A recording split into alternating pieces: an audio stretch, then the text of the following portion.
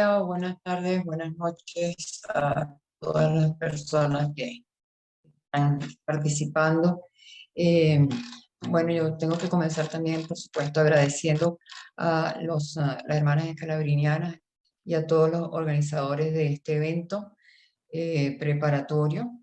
Y muy especialmente, por supuesto, a nuestros amigos y colegas de la Ibero, con nuestros sentimientos de condolencia por el asesinato del padre Javier y del padre Joaquín, quienes fallecieron precisamente defendiendo la vida con su vida.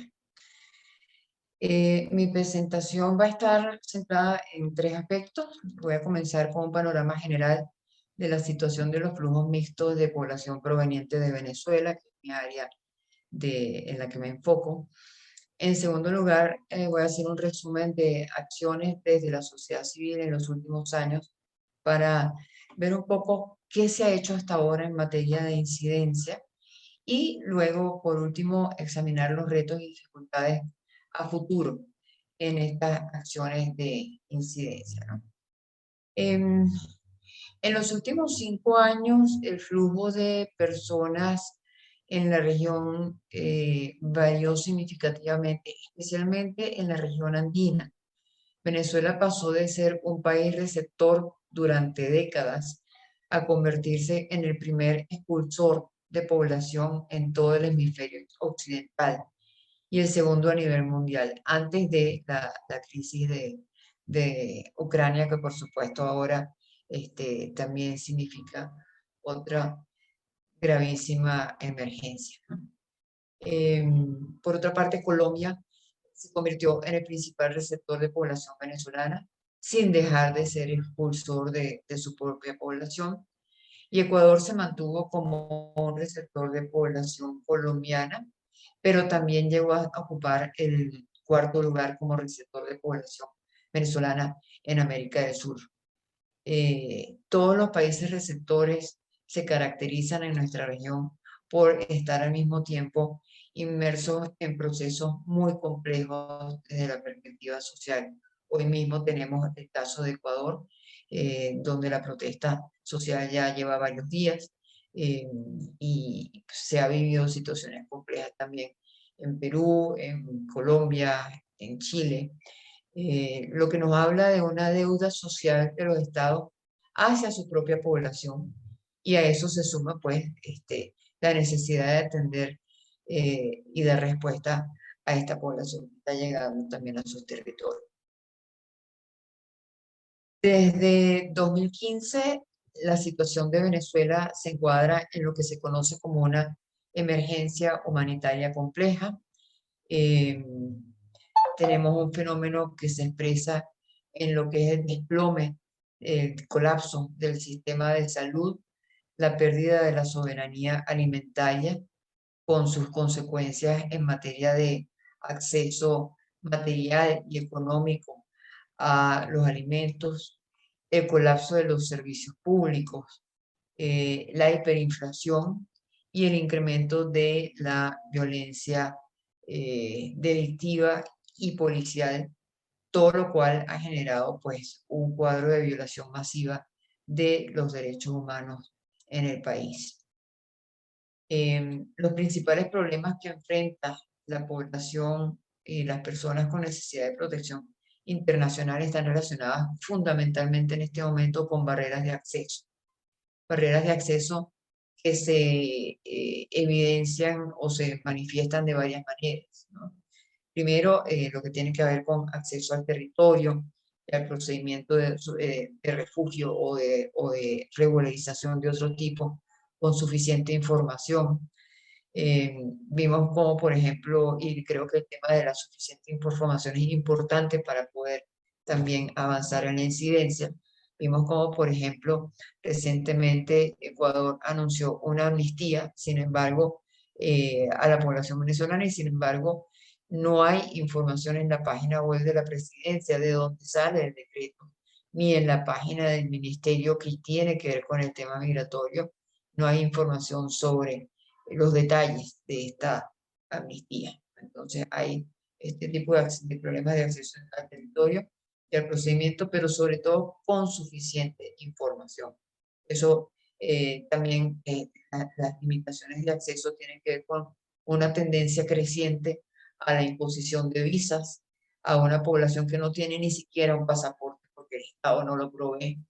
Eh, Otras restricciones que vemos en otros países que están como por ejemplo el uso del título 42 en Estados Unidos, que es una norma, una disposición que apunta a la prevención del contagio de enfermedades que están fuera del territorio de Estados Unidos, y vemos cómo se está utilizando para expulsar gente que ya está en Estados Unidos. Yo he dicho en varias oportunidades que si Estados Unidos quiere prevenir el contagio del COVID, no tiene que impedir el ingreso de personas de otros países, sino que impedir que sus propios ciudadanos sean los que salgan en todo caso. Es un país con un altísimo, o fue un país con un altísimo nivel de contagio, pero lo que quiero destacar aquí es que se trata de un uso abusivo de una norma que fue diseñada para otro propósito, y que se está utilizando pues como una barrera para impedir el acceso, así como los acuerdos no escritos que se han hecho entre Estados Unidos y Panamá, Estados Unidos y Colombia, Estados Unidos y México, etcétera. Y como no son escritos, pues es imposible impugnarlos, como no son escritos, es imposible defender los derechos de las personas a través de mecanismos de incidencia. Tenemos, por supuesto, también acceso dificultades de acceso en esto de las barreras a los procedimientos de regularización migratoria con carácter permanente. Tenemos otro tipo de problemas relacionados con el acceso de las personas a otro tipo de solicitud, por ejemplo, por supuesto, la determinación de la apelación a cualquier negativa de estos. Tenemos problemas de acceso a derechos, de integración, el cobro de multas excesivas. En el caso de Chile, por ejemplo, eh, las multas que se han impuesto a la población en condición irregular triplican el presupuesto ordinario de la institución migratoria. Eso nos indica hasta qué punto las multas están llegando a ser abusivas.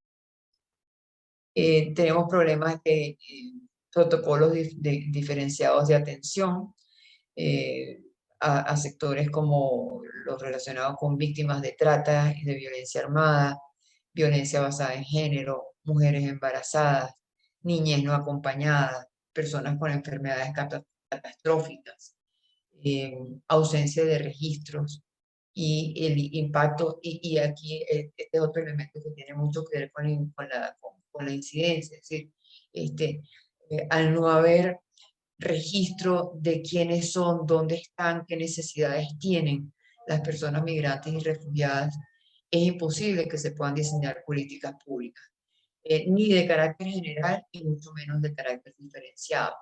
Por lo tanto, un área en la que la incidencia debe hacer más énfasis es precisamente en lo que tiene que ver con el diseño de registros, no para la persecución, no para la sanción, no con una visión securitista, sino precisamente para poder tener políticas públicas adecuadas a esta población.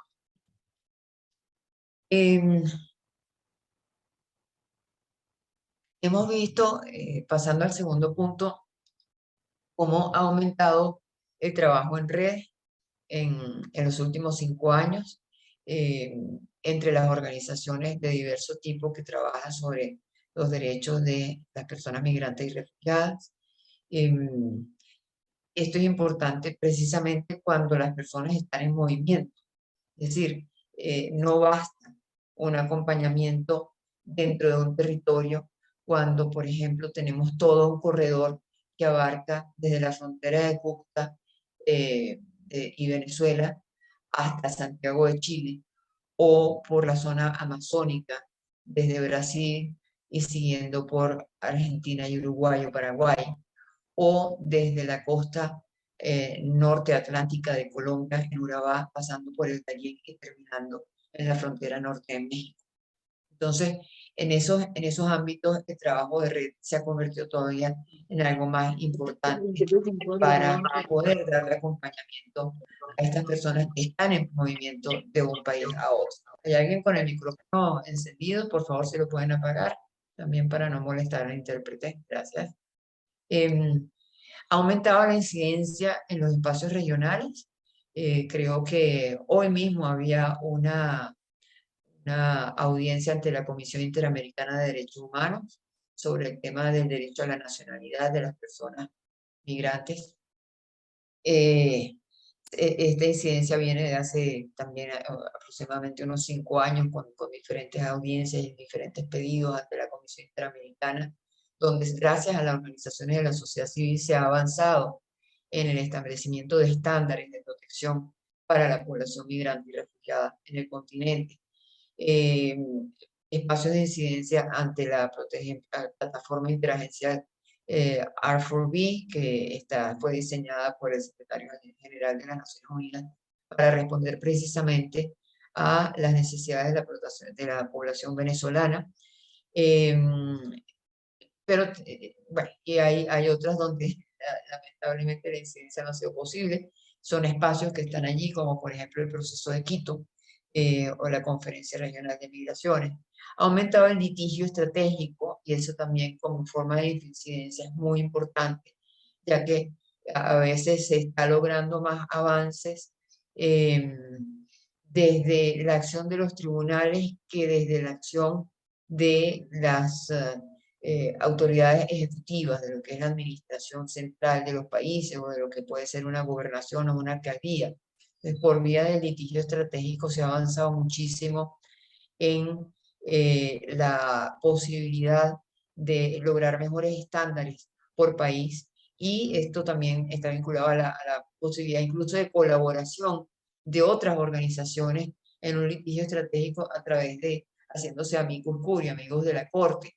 Hemos tenido ya muchos casos en la región donde una organización o un grupo de organizaciones que hace trabajo a favor de la población migrante y refugiada eh, establece una demanda por la vía de tutela, por la vía de amparo, por la vía de la impugnación de una norma, etcétera, ante los tribunales, y no han estado solas, sino que se han acompañado, han dado a conocer su demanda judicial a organizaciones de otros países, y eso ha permitido un trabajo en red que ha favorecido la posibilidad de que otras organizaciones actúen también en esa demanda, den su opinión jurídica sobre lo que está sucediendo en ese caso concreto, a partir de su propia experiencia con población migrante y refugiada que atienden, enriqueciendo esos procesos judiciales y provocando una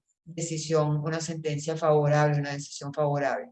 Entonces creo que todo lo que tiene que ver con litigio estratégico hay que verlo también como una forma de incidencia, porque es una manera de cambiar la situación, de lograr mejoras, si no por la vía de políticas públicas, sí, no directamente, pero sí a través de un cambio ordenado por la autoridad judicial. En ocasiones, la máxima autoridad judicial, como puede ser un tribunal, una corte constitucional, ¿no?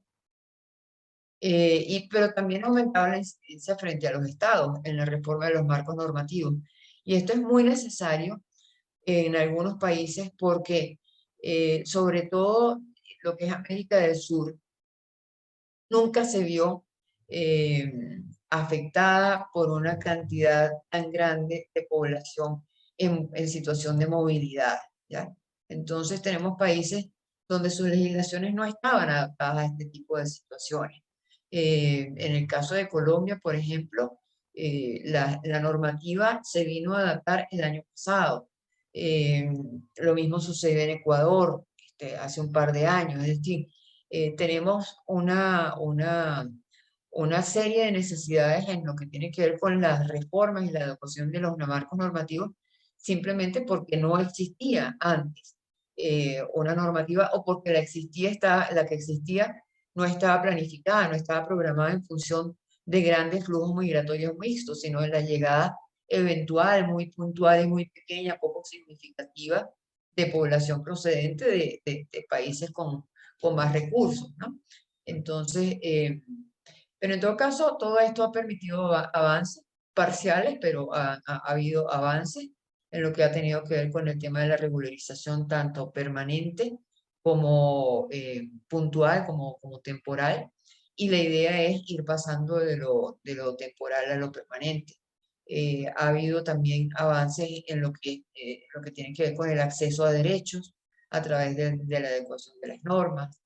Ha habido avances para la aplicación de la definición ampliada de la Declaración de Cartagena, que está en la legislación de muchos países, aunque no siempre se aplica en muchos de ellos, ¿no? Creo que un avance importante también, por lo menos durante la pandemia, fue la flexibilización de requisitos. Em, ha habido también avances en lo que es la homologación de títulos profesionales.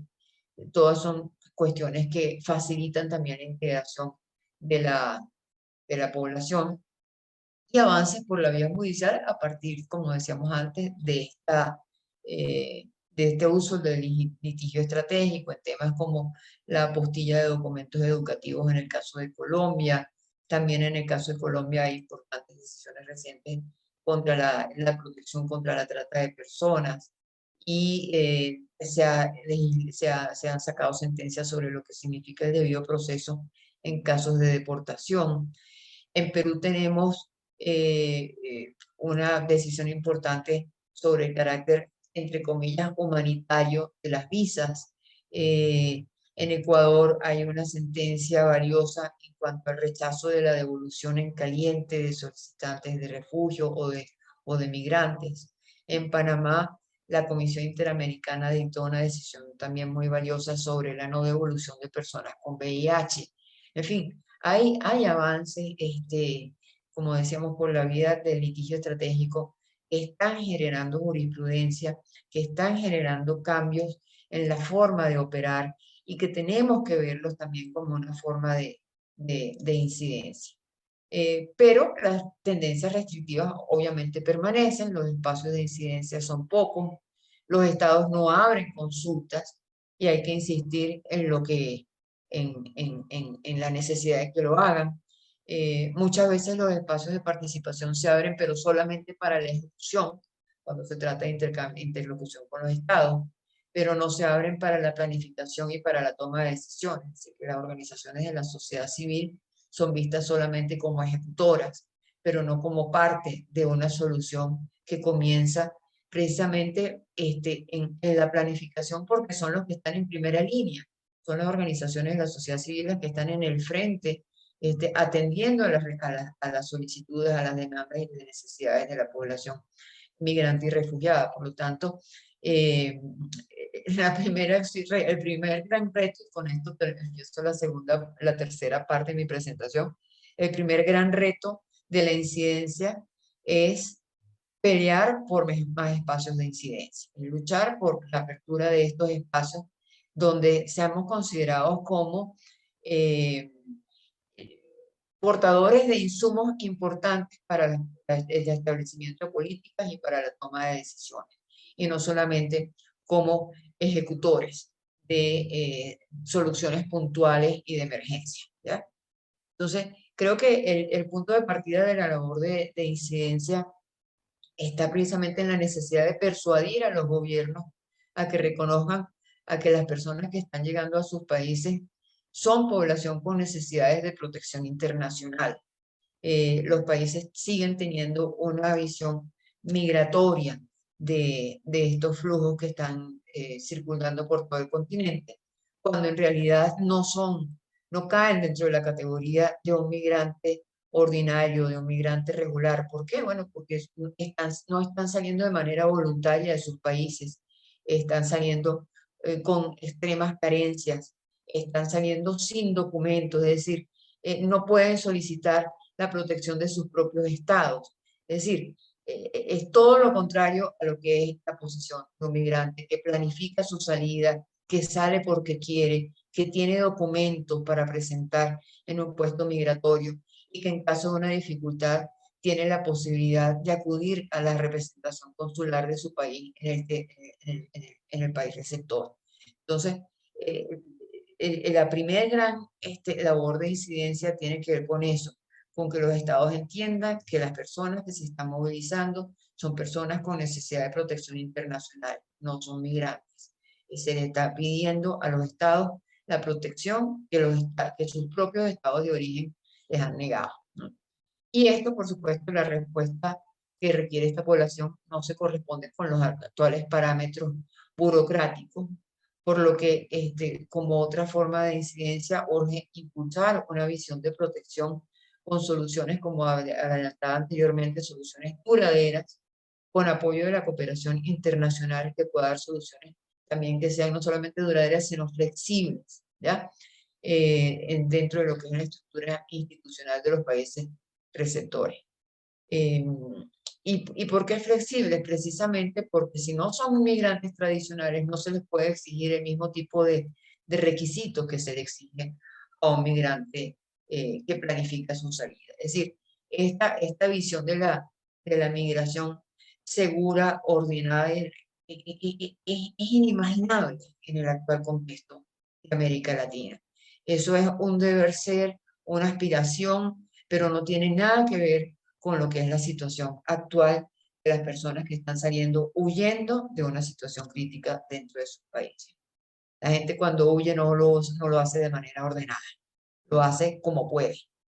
Eh, y por eso también cuando hablamos de soluciones flexibles de la cooperación internacional, nos referimos a respuestas inmediatas a necesidades y a derechos básicos por un periodo prudencial, articuladas entre la cooperación internacional y las instituciones del Estado, mientras estas últimas procesan la información al interior de sus estructuras burocráticas y diseñan procesos simplificados adecuados a las circunstancias que se están viviendo. De esta manera pensamos que se podrían establecer mejores mecanismos de coordinación entre las instituciones del Estado y la cooperación internacional, eh, que estén destinados a personas que el Estado no puede alcanzar en razón de los requisitos formales. Es decir, hay situaciones, hay circunstancias en las cuales el Estado no puede avanzar, no porque no quiera, sino porque no puede, porque de pronto no tiene los mecanismos para hacerlo. Pongo un ejemplo concreto. Si una persona no tiene documentos en determinados países e ingresó por una vía irregular, no hay registro del ingreso de esa persona. Al no haber registro, obviamente la capacidad de levantar información estadística es mucho más difícil. Entonces, ¿quiénes pueden levantar esos registros? Los que lo hacen de manera informal. No es la oficina, no es la entidad migratoria, son las organizaciones que están en la base las que tienen la posibilidad de levantar esos registros. Entonces hay que crear mecanismos para que esa información pueda ser utilizada en función de la, el desarrollo de las políticas públicas. Y en este sentido, entonces, incidencia significa también articulación. Articulación entre las organizaciones que están brindando ayuda y apoyo y asistencia a las personas migrantes y refugiadas, entre ellas mismas, pero también articulación con la cooperación internacional y con las instituciones del Estado. Suena quizás un poco redundante, repetitivo, pero vemos que sigue siendo un reto esta búsqueda de una mayor articulación a través del manejo de la información. Es decir, aquí lo importante también, repito, es que las organizaciones son una mina de información no procesada o medianamente procesada y que esa información tiene que ser manejada por el sector académico, por organizaciones del Estado, por la cooperación internacional, protegiendo, por supuesto, todo lo que tiene que ver con datos personales, pero para poder dar también más insumos sobre lo que son las dimensiones de las necesidades de las personas que están ingresando a los diferentes países. Entonces creo que los retos generales los resumiría en 3 áreas, soluciones duraderas, pasar ya de la temporalidad a algo más permanente, desde una perspectiva de protección, no solamente migratoria, y con un enfoque de derechos. Y sobre todo una frase que no sé, yo la escuché por primera vez entre las organizaciones de Ecuador y me parece que es importante que la refresquemos y la tengamos en cuenta, que es que no se puede hacer nada sobre migrantes sin migrantes. Hay una cantidad enorme de organizaciones ya constituidas formal o informalmente de las diferentes comunidades de los diferentes países que están en situación de movilidad y es con ellas con las que tenemos también que hacer todos estos procesos de incidencia, no solamente nosotros como organizaciones. Bueno, lo dejo hasta aquí, no sé si me extendí un poco más de lo previsto, pero bueno, espero que haya sido por lo menos un abreboca para todo lo que viene a lo largo de estos próximos 2 días. Muchísimas gracias.